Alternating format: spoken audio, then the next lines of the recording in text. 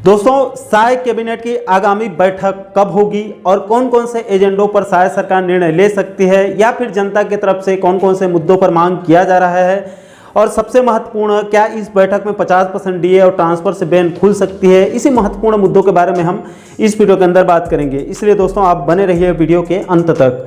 नमस्कार दोस्तों, मैं हूं आपका दोस्त लोकेश साहू और आप देख रहे हैं लोकेश छत्तीसगढ़िया यूट्यूब चैनल। आप सभी साथियों का हमारे इस चैनल पर बहुत बहुत स्वागत है। दोस्तों, बीते कुछ दिनों से बहुत से साथी पूछ रहे थे कि साय सरकार की आगामी कैबिनेट बैठक कब तक हो सकती है। तो देखिए दोस्तों, प्राप्त अपडेट के मुताबिक कल 9 जुलाई 2024 को सीएम साय की अध्यक्षता में राज्य सरकार की कैबिनेट बैठक होने जा रही है। अब दोस्तों, इस बैठक को लेकर फिर से प्रदेश के कर्मचारी साथियों की तरफ से पूछा जा रहा है या फिर उम्मीद उनके तरफ से जताई जा रही है कि कल होने वाले कैबिनेट बैठक में क्या साय सरकार ट्रांसफर से बैन खोलकर सभी विभागों से नई ट्रांसफर नीति ला सकती है। और कुछ लोगों के द्वारा पूछा जा रहा है कि क्या कल के बैठक में 50% डीए मिल सकता है। तो देखिए दोस्तों, सबसे पहले तो ट्रांसफर को लेकर मैं अभी से स्पष्ट कर दूं, इसको लेकर बीते 2-3 दिनों से 3-4 अच्छे जानकारों से मेरी बात हुई है। तो उनका यही कहना है कि अभी ट्रांसफर से बैन खोलने को लेकर अधिकारियों के बीच सिर्फ चर्चा है, अभी सरकार की तरफ से कोई संकेत नहीं मिले हैं।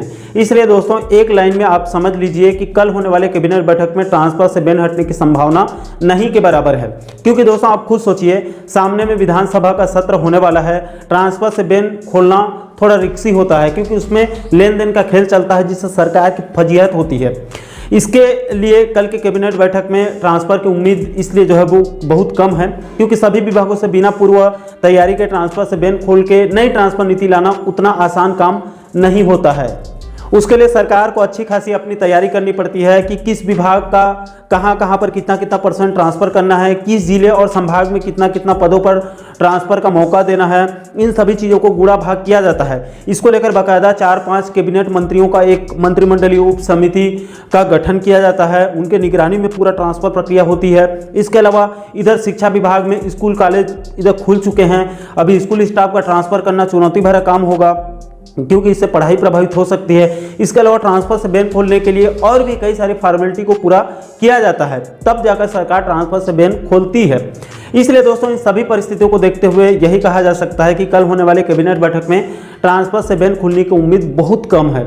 हालांकि दोस्तों, जिस हिसाब से राज्य सरकार के ऊपर ट्रांसफर को लेकर धीरे धीरे दबाव बन रहा है, उसे देखते हुए यही कहा जा सकता है कि शायद सरकार अपने पूरे 5 साल के अपने कार्यकाल में 1 से 2 बार, एक बार तो ट्रांसफर से बैन आने वाले समय में खोल सकती है, लेकिन ज़्यादा दबाव होगा तो 2 बार भी अपने पूरे कार्यकाल में ट्रांसफर से बैन खोल सकती है सरकार। लेकिन अभी फिलहाल अभी की परिस्थिति में आज के जो है वो स्थिति को देखा जाए तो अभी फिलहाल ट्रांसफर से बैन खुलने की संभावना बहुत कम है। इसके अलावा दोस्तों, कर्मचारी साथियों की तरफ से 50% डीए के संबंध में भी बार बार पूछा जा रहा है। तो देखिए दोस्तों, साय सरकार के काम करने के तरीकों को देखते हुए यही कहा जा सकता है कि ये सरकार भी डीए के मुद्दे पर लगभग पूर्व की भूपेश सरकार के नक्शे कदम पर चल रही है। और मुझे नहीं लगता कि कल के कैबिनेट बैठक में 50% डीए मिलेगा। दोस्तों, डीए को लेकर फिर से कर्मचारी जगत को सड़क में उतरना पड़ सकता है। यहाँ पर आपकी जानकारी के लिए ये भी बता दूं कि 10 जुलाई को छत्तीसगढ़ तृतीय वर्ग शासकीय कर्मचारी संघ की तरफ से भोजन अवकाश में दोपहर के समय में डीए सहित कुल 10 सूत्रीय मुद्दों को लेकर साय सरकार के खिलाफ मोर्चा खोलते हुए सभी जिला मुख्यालयों में प्रदर्शन करके सीएम और सीएस के नाम से सभी जिला कलेक्टरों को ज्ञापन सौंपने का ऐलान कर दिया गया है। उनका फॉर्मेट को प्रारूप को भी आप अपने मोबाइल स्क्रीन पर देख रहे होंगे। इसके अलावा दोस्तों, बेरोजगार युवाओं की तरफ से खास करके 33,000 शिक्षक भर्ती को लेकर बार बार पूछा जा रहा है। तो देखिए दोस्तों, आपकी जानकारी के लिए बता दूं, 33,000 शिक्षक भर्ती कैबिनेट का विषय नहीं है। उसके लिए फाइल वित्त मंत्रालय बहुत पहले पहुंच चुका है। उसके लिए वित्त मंत्री ओपी चौधरी जी को जो है वो अनुमोदन, अगर ओपी चौधरी साहब आज अनुमोदन कर देते हैं तो कल विज्ञापन जारी हो जाएगा। लेकिन दुख की बात यह है कि यह सरकार शिक्षक भर्ती को लेकर सिर्फ गोल पोस्ट कर रही है, उसके सिर में टोपी उसके सिर डाल रही है, बस इधर से उधर गोल पोस्ट करने का काम हो रहा है। अब दोस्तों, कल के कैबिनेट बैठक में किन किन मुद्दों पर चर्चा हो सकती है उसे भी आप थोड़ा जाते जाते समझ लीजिए। तो देखिए दोस्तों, कल होने वाले कैबिनेट बैठक में आगामी 22 जुलाई से जो विधानसभा का मानसून सत्र शुरू होने वाला है, जिसमें शायद सरकार एक छोटे से रूप में अपना अनुपूरक बजट भी 3-4 हजार करोड़ का पेश कर सकती है, उसको लेकर चर्चा हो सकती है कल की कैबिनेट बैठक में। इसके अलावा चूंकि अभी नई शिक्षा सत्र की शुरुआत हुई है तो स्कूलों की व्यवस्था और शिक्षा की गुणवत्ता को लेकर, और कई सारे स्कूल जर्जर हो चुके हैं, पुराने स्कूल हैं, तो स्कूल शिक्षा विभाग के मुद्दों को लेकर खास करके पढ़ाई लिखाई को और स्कूल व्यवस्था को लेकर भी चर्चा होने की उम्मीद है।